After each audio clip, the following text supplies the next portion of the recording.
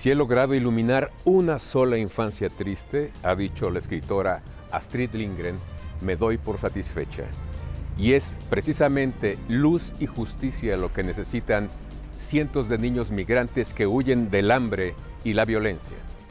Así es, Javier, y es que justamente este 4 de junio recordamos el Día Internacional dedicado a los niños inocentes víctimas de agresión por guerras y otros conflictos, lo que nos obliga a echar un vistazo a las condiciones en las cuales miles de niños y adolescentes migrantes cruzan por nuestro país. Platicaremos de estos temas con dos expertas, una de ellas Lluvia Gómez del DIF Nacional y también con Valeria Berumen, quien es experta en temas de infancia y derechos humanos.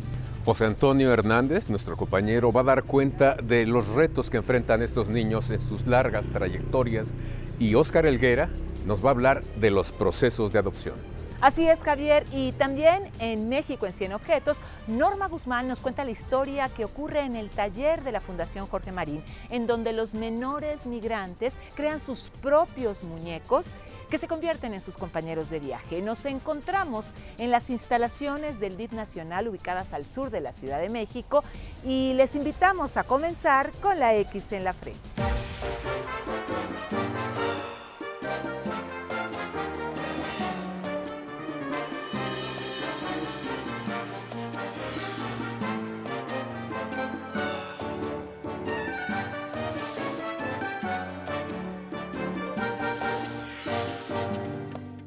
La niñez como la conocemos nació en el siglo XIX. La inventó Charles Dickens en la novela Oliver Twist. Antes, los niños eran adultos de menor talla. Los ponían a trabajar como obreros en las fábricas o les daban un mosquetón que apenas podían cargar para mandarlos a la guerra. Las muñecas dan cuenta de ello.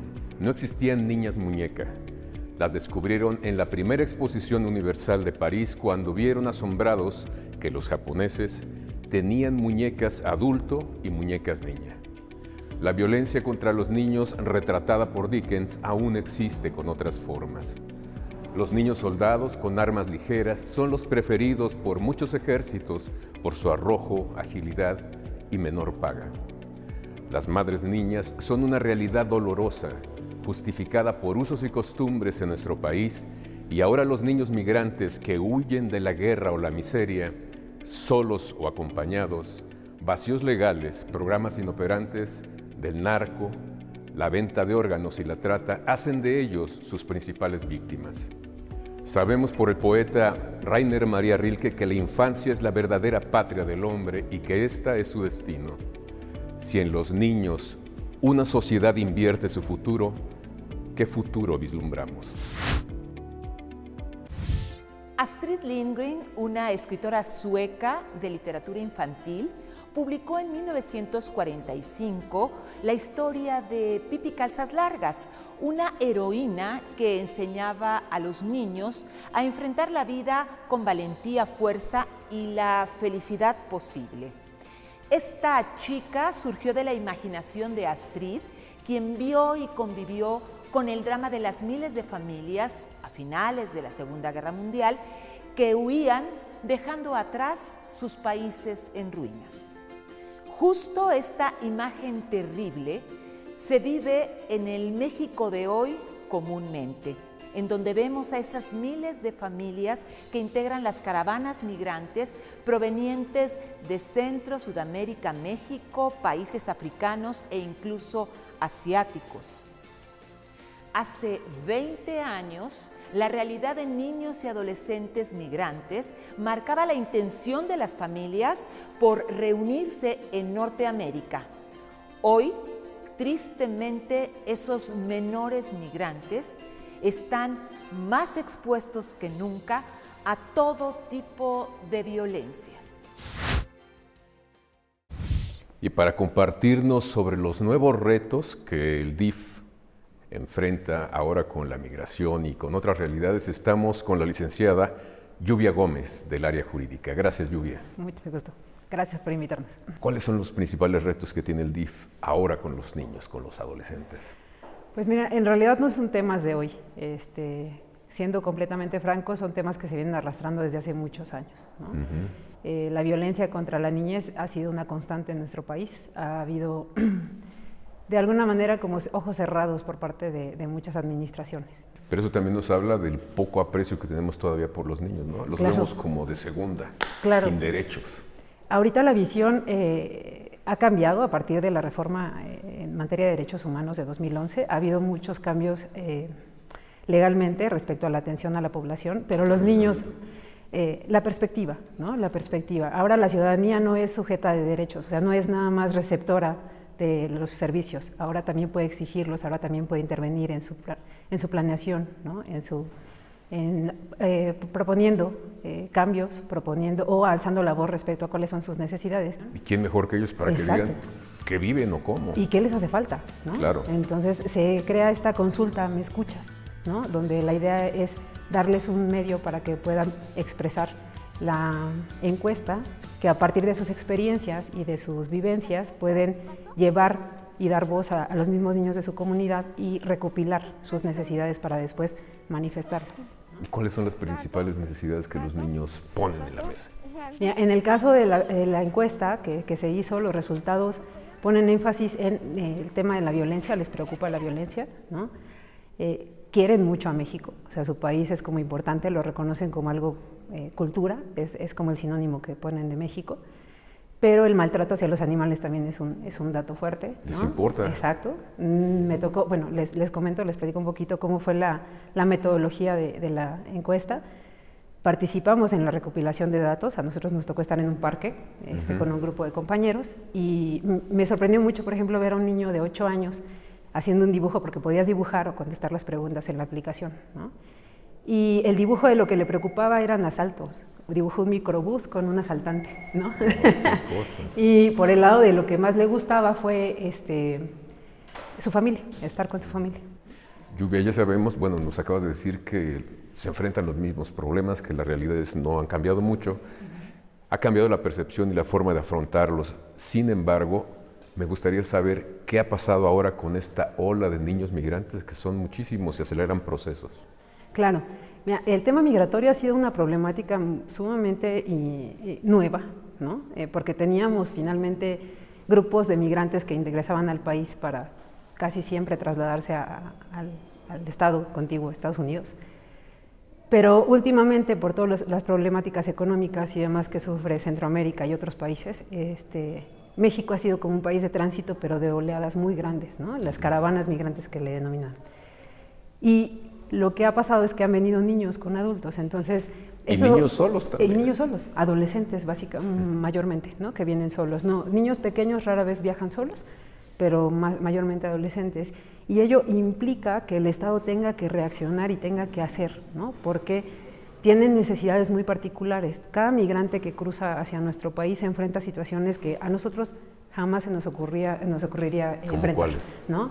Por ejemplo, violencia, ¿no? Que puedan ser víctimas de secuestro, de trata, la falta de comida, de agua, las largas caminatas, ¿no?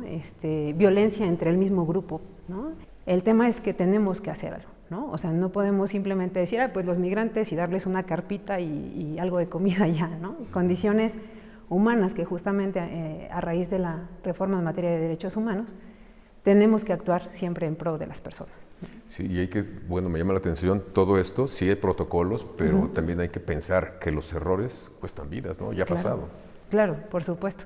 El problema es que no se ha unificado. Podemos hablar de que la Federación tiene en materia de atención a muchas poblaciones ciertos criterios, pero tenemos también la autonomía de los estados, ¿no? Entonces, no podemos simplemente imponer como federación vas a tratar a la gente de esta forma, ¿no? Cada estado decide la forma en que y si se apega a nuestras políticas. Pero lo ideal sería que se apegara. Claro, ¿no? Una plataforma mínima, decir, claro, en materia de derechos humanos, claro, por ejemplo. Pero regularmente este tipo de situaciones no son homogéneas a nivel nacional, ¿no? O sea, nosotros podemos emitir protocolos, modelos, reglamentos, todo tipo de instrumentos que en teoría deberían ser obligatorios para todos los estados, pero esta parte de la autonomía también nos limita bastante, ¿no? Pues algo más que nos quieras compartir, Lluvia. Pues ahorita nada más comentarles proyecto que tenemos de ley, que también es muy importante. La idea de esta nueva ley que Nuria nos encarga, que es la Ley de Atención a Grupos Prioritarios, es cambiar la perspectiva. Ahora no son personas sujetas de asistencia, no los vamos a ayudar, ellos ya son sujetos de derecho y pueden exigir, ¿no? Pues sí, muchísimas gracias, Lluvia. ¿De qué? Y seguimos aquí con la X en la frente.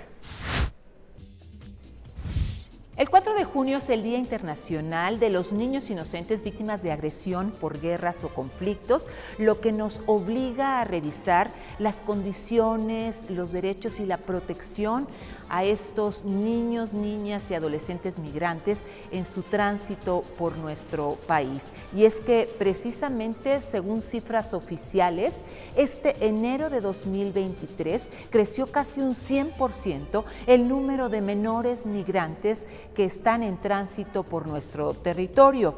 Cabe recordar que la Ley General de los Derechos de los Niños, Niñas y Adolescentes en México dice que en tanto el Instituto Nacional de Migración no define la condición migratoria del menor, es un deber la protección de los derechos de los niños migrantes para el sistema DIF nacional o bien para sus sistemas en las distintas entidades.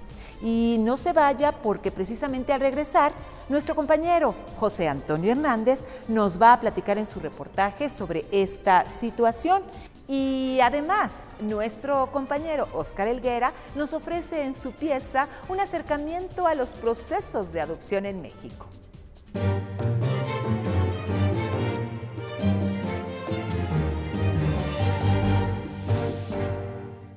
Más allá de una definición literal, un migrante es aquel ser humano que se traslada con la mayor fragilidad que pueda existir.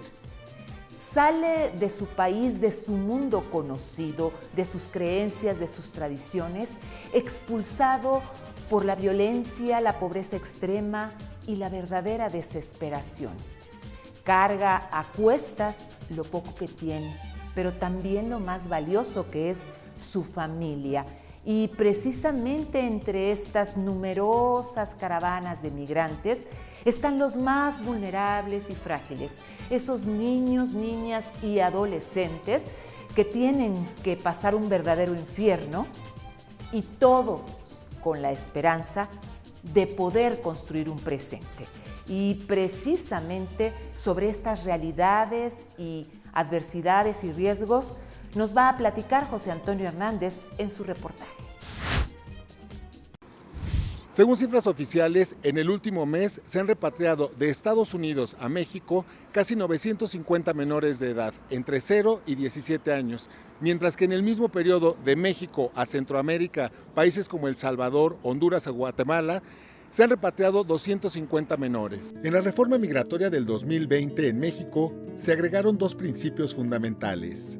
Uno, el de no separación familiar, y otro, el de no devolución. La niñez en México quedó protegida legalmente, pero no protegida realmente, ¿no? Entonces creo que ese es el principal desafío que estamos viendo. Según cifras oficiales, la migración infantil en nuestro país creció en el último año de manera exponencial. Del primer trimestre del 22 al primer trimestre del 23, un incremento del 75% en niñez y adolescencia que está migrando. Muy probablemente con el anuncio de las recientes modificaciones en la política de Estados Unidos, esta cifra pueda verse incrementada. Sin embargo, la situación migratoria de miles de menores cada vez es más compleja y se exponen a muchos peligros. Lo que vive la niñez y adolescencia en México es una caldera de mucha presión, en donde aquello que antes sucedía en la frontera norte ahora empieza a suceder desde la frontera sur, ¿no? Todos los obstáculos para cruzar frontera lo estamos viendo trasladado a lugares que tienen sus propias tensiones, como el estado de Chiapas, por ejemplo, ¿no? Según estudios de la Red por los Derechos de la Infancia, el problema migratorio no se está atendiendo de la mejor manera. Se está atendiendo la situación de migración más con un enfoque securitista entendiéndolo como un problema en vez de abordarlo desde un enfoque de derechos humanos. Y esto, por supuesto, pues genera muchas tensiones. Ahora vamos con Óscar Helguera a Novedad de la Patria. ¿Qué tienen en común Edgar Allan Poe, Steve Jobs y Marilyn Monroe? Que los tres fueron adoptados y que además fueron adoptados en una época en la que se creía que la adopción era un privilegio de los adultos, no para los niños. Por mucho tiempo, las leyes en México decían que para la adopción tenían preferencia matrimonios sin descendencia. Pensando justo que la adopción era prácticamente una respuesta a estos problemas de procreación biológica. Hoy en día, y particularmente con una reforma que existió en el 2019 en México, el derecho de adopción se entiende como un derecho de las niñas, niños y adolescentes que por distintas circunstancias no pudieron permanecer con su familia originaria y que ante esa situación de desamparo familiar y ante contextos de abuso, negligencia, abandono, requieren una nueva familia. Y esa familia debe ser otorgada por parte del Estado con una evaluación exhaustiva. Sí, los requisitos son simples. El primero es acudir a un curso de inducción para solicitantes de adopción, obtener una constancia, presentar una carta dirigida al Sistema Nacional DIF en donde conste cuáles son las intenciones de adoptar. Además del curso de inducción y los documentos solicitados, hay pruebas de convivencia y, por supuesto, valoración psicológica. Ante ese contexto especial de vulnerabilidad, es indispensable que el Estado se encargue de que las familias que van a adoptar sean familias idóneas, en términos de una valoración psicológica y social. Hay muchos mitos alrededor de la adopción en México. Aquí un par de verdades. En el caso de la Ciudad de México, que pueden adoptar cualquier persona física mayor de 25 años, independientemente de su estado civil. Y no se tiene que ser millonario. La ley solamente nos exige que los solicitantes de adopción puedan cubrir las necesidades básicas de una niña, niño o adolescente. Y si no cambiamos entre todas y todos esta visión cultural de que la adopción es un mecanismo para darle familia a las niñas y niños y no para darle hijas o hijos a las familias que así quieren, no vamos a poder avanzar. Para ver los requisitos detallados, así como el procedimiento, entra al portal del Sistema Nacional DIF en el micrositio del Derecho a Vivir en Familia y apartado de adopciones. Vamos a hacer una pausa, pero no se vaya porque al regresar Valeria Berumen es una experta en temas de derechos humanos de infancias. Con ella vamos a platicar y también en México en 100 Objetos, Norma Guzmán, nuestra compañera, nos cuenta la historia que sucede en el taller de la Fundación Jorge Marín, en donde los menores construyen sus muñecos que se convierten también en sus compañeros de viaje.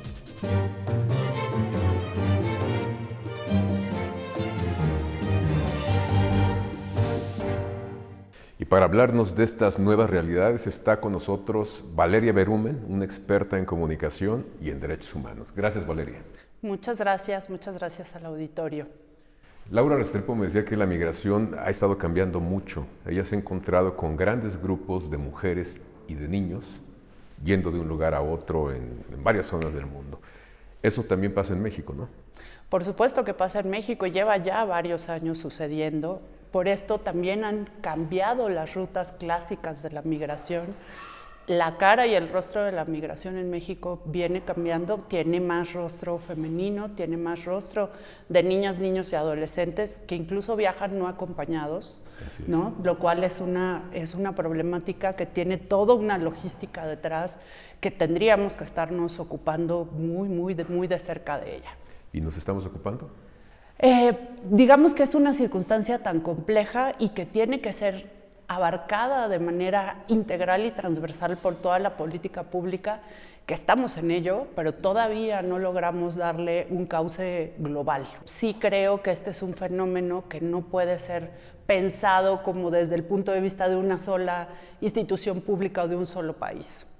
Ni de un solo género. ¿No? Se toman decisiones, por ejemplo, en temas de migración a partir de las voces o necesidades de hombres adultos que sí querían migrar, por ejemplo, a Estados Unidos. Ahora la realidad es distinta. Es muy distinta. La violencia que se ejerce hacia las niñas y las adolescentes en países centroamericanos es muy grave.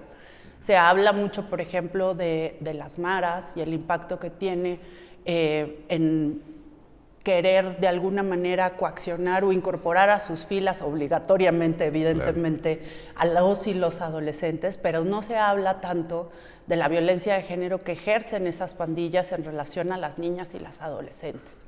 Entonces muchas personas preguntan, ¿cómo es posible que papás y mamás manden a sus hijos solos a caminar, ¿no? A exponerse a todos esos riesgos?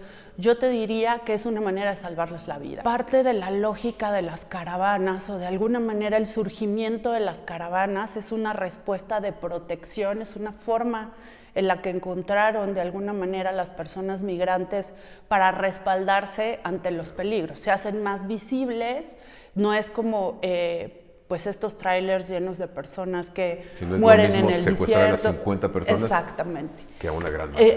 Cuando tú estás viendo a estas personas marchar o caminar en conjunto, pues también es una forma de protegerse. Es un disuasivo al crimen. Exactamente, y también de alguna manera estas niñas y niños son protegidos por esa comunidad. Evidentemente esto no quiere decir que estén libres de riesgos, ¿no? Enfrentan muchísimos riesgos en el camino, que tienen que ver desde el clima hasta el crimen organizado por igual forma. Y también a veces cuando llegamos a la red institucional, pues a no tener los expertos y las expertas más de alguna manera profesionalizados para darles atención. Entonces, por eso hablamos de una cuestión que debe ser muy holística, ¿no? No es solamente pensar en el derecho a migrar, sino también pensar qué condiciones podemos darles en nuestro país, ¿no? Aquí se habla muy poco, o es un tema muy nuevo, por ejemplo, de las familias de acogida, que yo creo que ese es un modelo muy benéfico, más que la institucionalización. ¿En qué consiste? Las familias de acogidas, por ejemplo, ahorita se está implementando un programa piloto con una organización de sociedad civil que se llama Juconi, donde adolescentes que tienen entre 14 y 16 años, es decir, que están próximos a ya tener la mayoría de edad, son recibidos por una familia mexicana temporalmente, en lo que ellos pueden integrarse socialmente en México y después decidir si se quedan, si regresan a su país de origen. En vez de estar en una institución, ellos están con una familia, y así también pues podemos cumplir ese derecho que ellos tienen a desarrollarse dentro de un ámbito familiar. ¿Qué otras cosas podríamos hacer?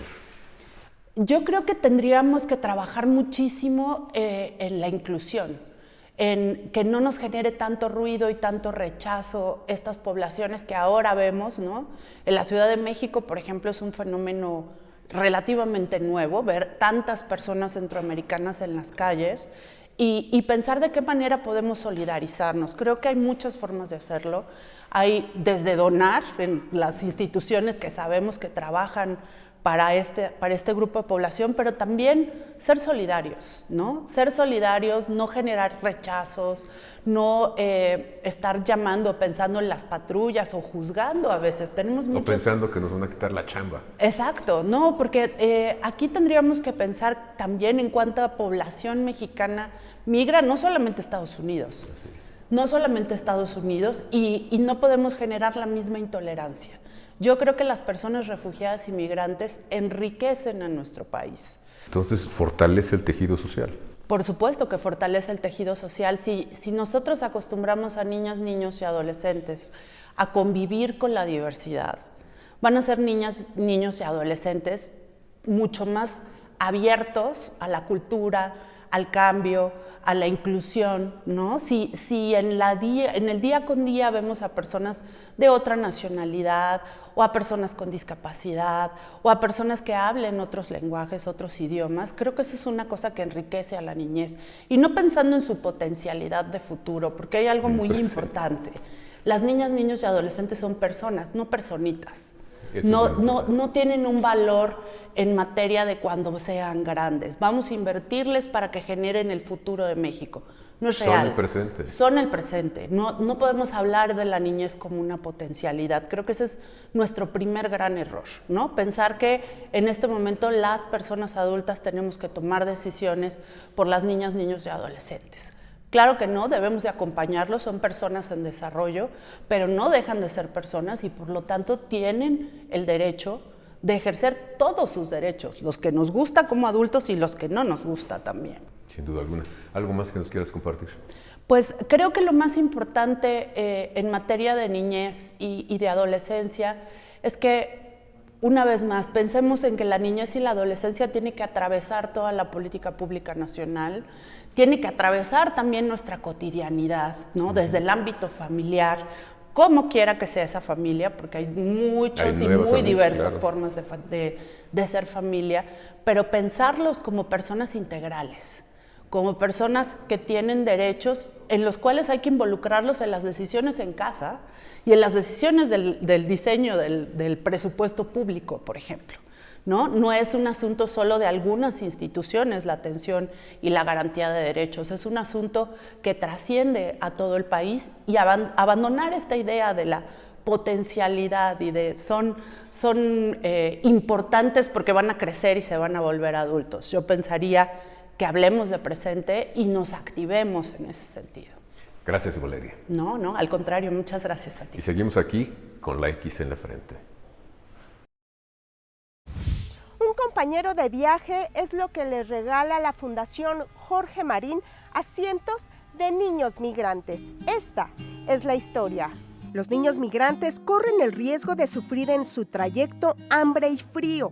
Pueden padecer enfermedades sin tener acceso a servicios de salud, o también pueden ser explotados por el crimen organizado. En el mejor de los casos, son detenidos y repatriados. Ante esta situación de vulnerabilidad, la Fundación del escultor Jorge Marín, apoyado por la UNICEF, crearon el taller Un Compañero de Viaje, en donde los niños y niñas que están de paso por México son los beneficiados. Empezamos a crear un taller donde a través de la creatividad y de la expresión plástica pudiéramos ayudarles con apoyo emocional, es decir, que tuviera un beneficio, por ejemplo, para el tema de la resiliencia. Las manualidades, el arte y las artes plásticas forman parte de este gran proyecto. Con unos trozos de tela, hilo y pintura, estos niños crean a quien por un momento puede llegar a ser su confidente. Simplemente crean su compañero de viaje. Y se nos ocurrió hacer una figura, de alguna manera una figura imaginaria o mítica que cada niño construyera a través de labores manuales. Según datos de la Unidad de Política Migratoria de la Secretaría de Gobernación de México, durante el 2017 las autoridades migratorias detectaron 18,300 niñas y niños provenientes de Guatemala, Honduras y El Salvador, de los cuales más de 16,000 fueron retornados a sus países de origen.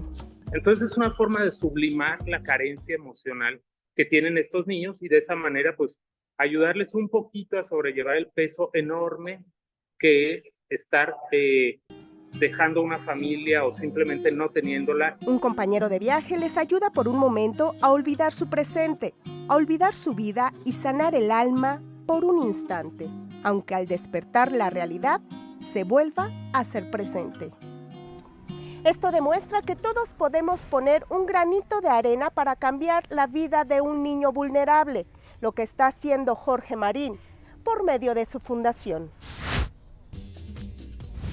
Llegamos al final del programa después de conocer la difícil realidad que enfrentan los niños en tránsito, los niños y adolescentes en migración. Ahí quedan los compromisos institucionales y de la sociedad civil. Así es, Javier, es un trabajo que debe hacerse de manera conjunta entre instituciones, pero también con una colaboración y la conciencia de los mexicanos que los vemos en estas situaciones muy desesperantes. Nosotros queremos agradecer, por supuesto, al DIF Nacional que nos hayan dado las facilidades para la realización de este programa, y a ustedes también agradecemos su preferencia y les invitamos la próxima semana aquí mismo. Usted lo sabe, con la X en la frente.